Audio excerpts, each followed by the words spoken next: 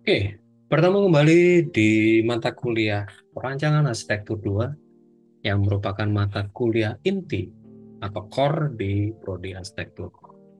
Mata kuliah PA2 ini berada di semester 2. Pada semester genap 2023-2024 eh, ada sedikit penambahan materi perkuliahan terkait di PA2 dibanding dengan tahun yang lalu, yaitu ada kaitannya dengan AI.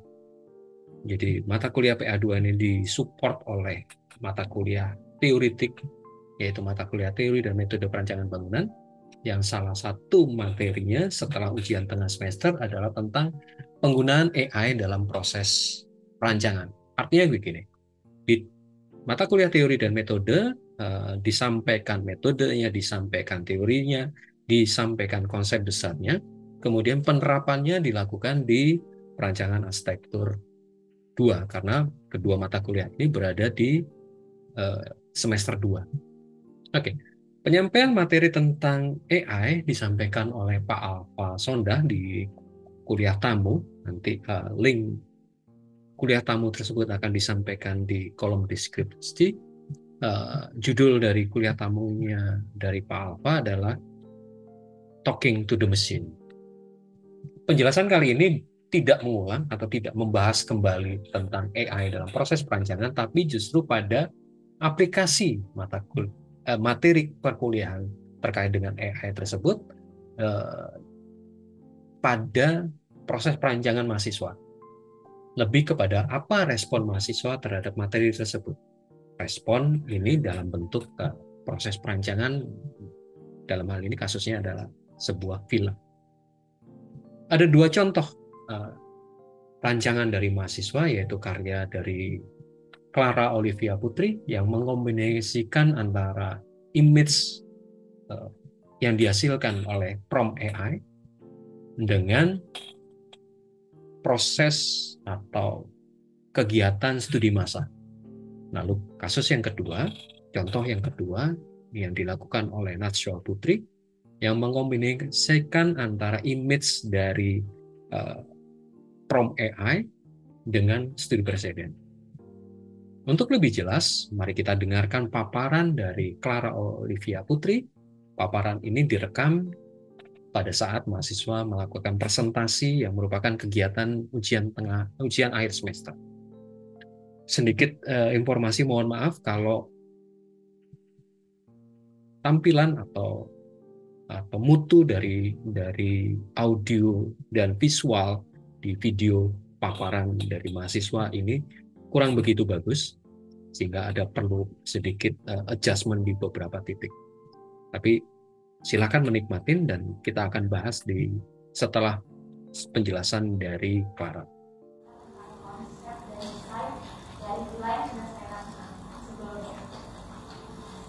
Untuk awal ini ada masalah perancangan untuk villa, yaitu apakah villa ini berada di tengah pada membuat cross bank sendiri dapat menikmati kegiatan di area villa, dan juga masalah selanjutnya itu ada villa hanya dapat diisi dengan 2 orang.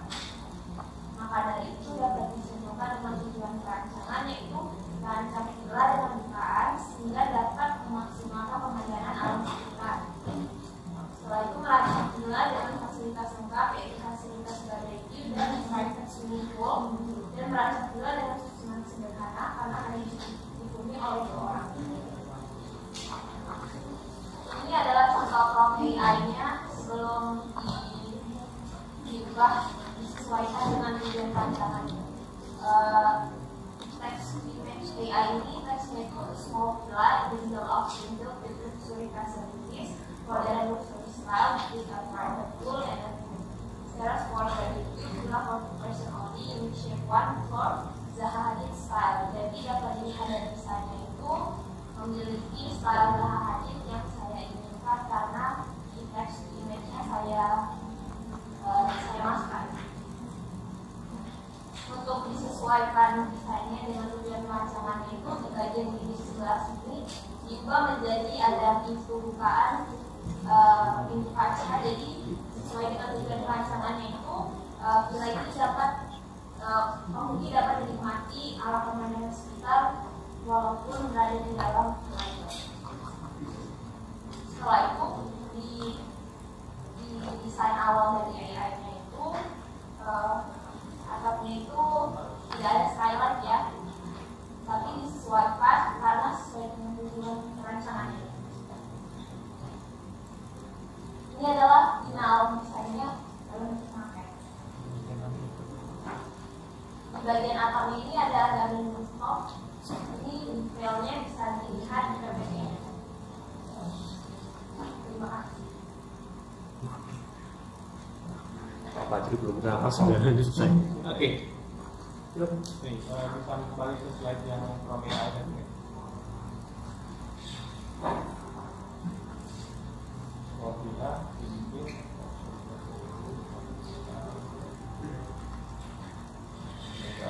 statik.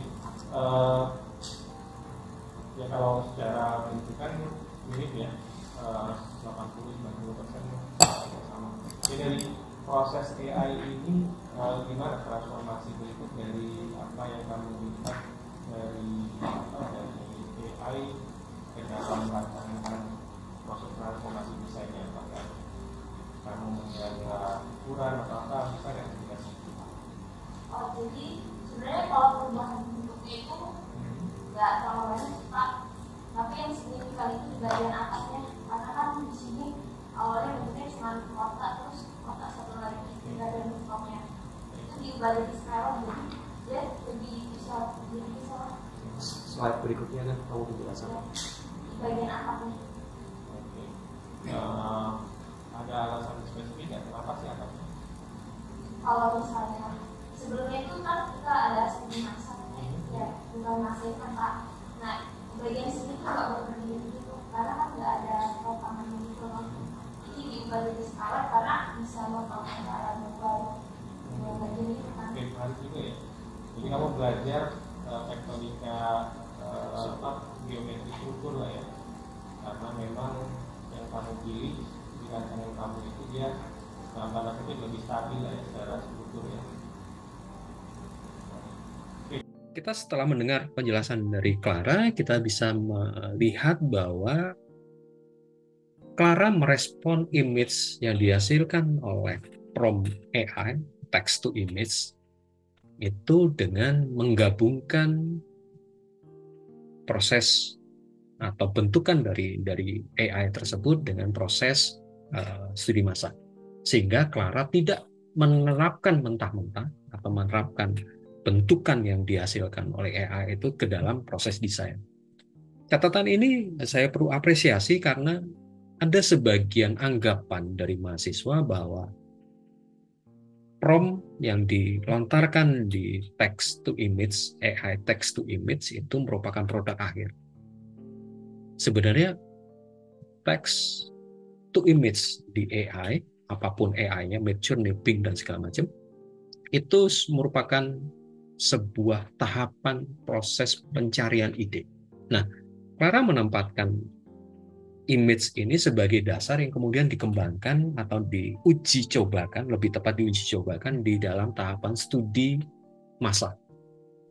Studi massa adalah sebuah proses yang dianjurkan, dilakukan di studio perancangan arsitektur 2 yang membuat image dari hasil dari AI tersebut diwujud nyatakan dengan studi massa. Studi massa adalah maket sederhana.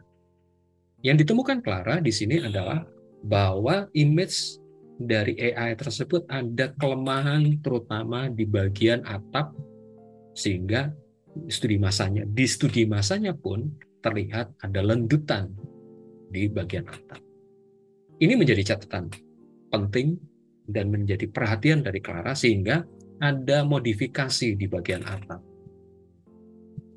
Insting ini yang saya apresiasi sekali karena untuk mahasiswa di semester 2 pemahaman terhadap struktur memang belum begitu dalam. Tapi dengan kekurangan itu, dengan pengetahuan yang terbatas itu, Clara dengan cerdik dan cerdas meresponnya dengan merubah bentukan atap. Sehingga itu yang terjadi di tampilan atau di karyanya. Oke, kita kemudian berlanjut di karya dari Najwa. Silakan rekan-rekan, teman-teman melihat paparan dari Najwa. Assalamualaikum warahmatullahi wabarakatuh. Selamat pagi Pak Fadil, Pak Adi, dan teman-teman sekalian. Hari ini saya akan mempresentasikan tentang villa yang sudah saya rancang. Jadi villa Penyeberangan ini villa yang berlokasi di Situ Cilenca, Warnasari, Pademangan, Bandung, Jawa Barat, dengan luas 14 meter per 11 meter. Jadi hasil pro AI yang saya dapatkan ini ada dua. Ini saya sebelumnya saya cari Iwan Smokers Early dan mencuri berbagai material yang saya tersebut. Jadi setelah saya analisis ini saya diberikan sebuah CDD yang bernama Market House yang dirancang oleh Judith Miss Van der Rohe. Bangunan rencananya memiliki buka yang lebar dan rumah yang berbentuk seperti rumah panggung. Terus masalah perancangannya pertama ada villa berada di pinggir danau, lalu villa hanya ditempati oleh 2 orang. Lalu tujuan perancangannya merancang villa yang berbentuk seperti rumah panggung yang memanfaatkan lokasi tapak villa semaksimal mungkin. Lalu ini ada bubble diagram. Pertama itu ada teras 1. Teras 1 itu untuk aktivitasnya ada memancing dan lain itu. Lalu di teras 2 ada berjemur. Di sini hanya ada sofa untuk duduk menikmati pemandangan. Lalu setiap untuk tidur, minibar untuk menutup makanan di sini seperti ini. Lalu ada walk-in closet, ada bedroom, ada bedroom. Dan ini hasil final dari makhluk saya. Udah, oke. Kembali ke awal tadi. Ada AI, ada studi presiden dari Van der Rohe. Apa yang kamu pelajari dari 3 hal itu kemudian diterapkan di desain seperti apa? Kalau dari 3 hal ini, kalau dari hasil AI-nya sendiri kan dia memiliki buka yang besar kan Pak. Terus juga untuk atapnya dia simpel, hanya lurus. Kemudian? Jadi yang menutup ini sebenarnya ini dia kan juga bentuknya mirip dengan yang AI ini kan Pak. Dia seperti kotak gitu. Jadi saya ambil ini Pak. Terus untuk yang ini juga yang gara-gara di pinggir danau kan jadi nanti ambil yang ada terasnya. Tapi bedanya yang di Mata Aja itu dia lebih tinggi. Kalau yang di Pandora itu kan dia agak tinggi. Nah, saya tanya ini juga untuk yang kalian. Ini adalah usaha pencarian bentuk.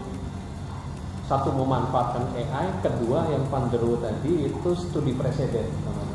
Studi presiden mencari inspirasi, kemudian disesuaikan dengan konteks rancangan. Seperti topi di depan itu kan itu tidak ada di AI. Di AI yang pertama, di Van der Rohe tidak ada kan dasar. Kemudian ada platform di bagian depan ngambil dari Van der Rohe. Itu bukan hal yang aneh di dalam arsitektur. Arsitektur itu, kalau saya pribadi, tidak ada hal yang baru sama sekali di bawah langit ini. Yang ada adalah perulangan dan modifikasi.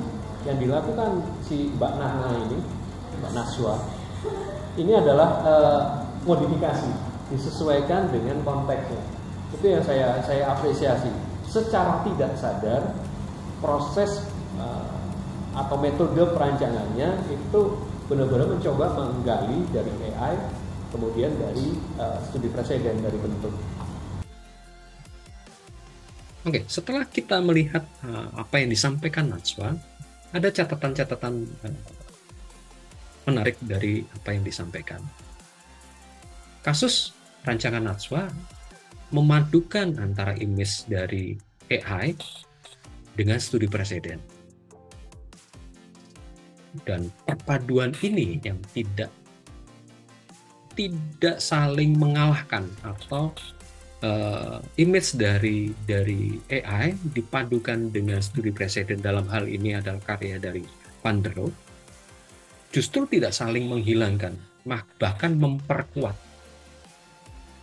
jejak bentukan AI dan bentukan yang muncul dari studi presiden Van der Rohe itu saling memperkuat. Kita masih bisa melihat bentukan dari AI, bentukan dari studi presiden Van der Rohe.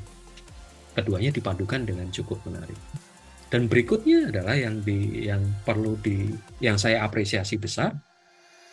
Salah satunya adalah dari bentukan perpaduan AI dan Van der Rohe, kemudian diterapkan pada konteks tapaknya. Konteks tapaknya yang kemudian ada transformasi berikutnya. Ini yang buat saya sebuah proses perancangan yang menarik. Natswa dengan cukup detail, dengan cukup sistematis mencoba melihat, ada image AI, ada presiden dipadukan, kemudian diterapkan di dalam tapak, kemudian ada proses berikut. Kalau teman-teman perhatikan ada kata insting di sini. Buat saya kenapa insting, bukan sebuah sistematika proses metode perancangan.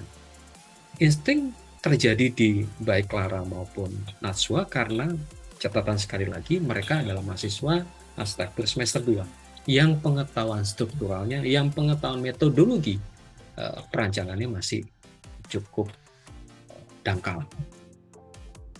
Catatan insting ini yang sebenarnya perlu dijaga. Secara naluriah, dua mahasiswi ini punya kepekaan terhadap permasalahan desain. Dan uniknya, keduanya kemudian meresponnya, menampilkan solusinya juga dengan cukup cerdas. Nah, buat saya, insting-insting ini perlu dijaga dengan kemudian memperkuat. Catatan untuk Clara, mungkin insting lendutan itu akan memperkuat dia atau mendorong dia untuk belajar lebih lanjut tentang struktur bangunan. Kemudian kalau di Natswa, mungkin instingnya adalah bagaimana sebuah bentukan itu berrelasi dan berkorelasi dengan tapak. Perubahan-perubahan ini yang buat saya perlu dijaga, dan itu kenapa juga menjadi alasan saya menyampaikan video ini ke teman-teman sekalian. Sekaligus sebagai pertanggungjawaban bahwa proses penambahan materi AI dalam proses perancangan arsitektur itu punya dampak yang luar biasa atau punya dampak yang cukup signifikan terhadap proses perancangan mahasiswa, terutama di PA2 yang kebetulan berada di level yang sama-sama di semester 2 dengan materi kuliah teori dan metode perancangan bangunan. Itu yang perlu dipertegas, dan itu juga menjadi alasan kenapa video ini dibuat. Mungkin itu yang bisa saya sampaikan terkait dengan bagaimana image AI dalam sebuah proses perancangan arsitektur dan respon mahasiswa di dalam proses perancangannya. Sebuah pembelajaran yang kemudian tidak hanya ke mahasiswa, bagi saya pribadi ini menjadi pemicu untuk menyempurnakan kembali materi-materi perkuliahan yang terkait dengan teknologi, terkait dengan perkembangan terkini, sehingga materi perkuliahan di teori dan metode perancangan dan penerapannya di studi perancangan terus dinamis, sehingga bisa disajikan sesuai dengan perkembangan zaman, yang ujungnya adalah membuat mahasiswa lebih responsif. Insting-insting ini yang kemudian perlu dijaga, dan insting ini yang kemudian perlu dikembangkan lebih lanjut untuk mahasiswa mencari tahu. Semoga apa yang disampaikan di video ini berguna dan bermanfaat bagi teman-teman yang menyaksikan, dan silahkan kalau ada kritik atau saran atau bahkan pertanyaan, ketik aja di kolom komentar. Mungkin komentar teman-teman sekalian, rekan-rekan kalian bisa memperkaya dan menambah wawasan kita bersama terhadap proses berarsitektur. Terima kasih. Sampai bertemu kembali di video-video selanjutnya. Salam sehat selalu untuk kita semua.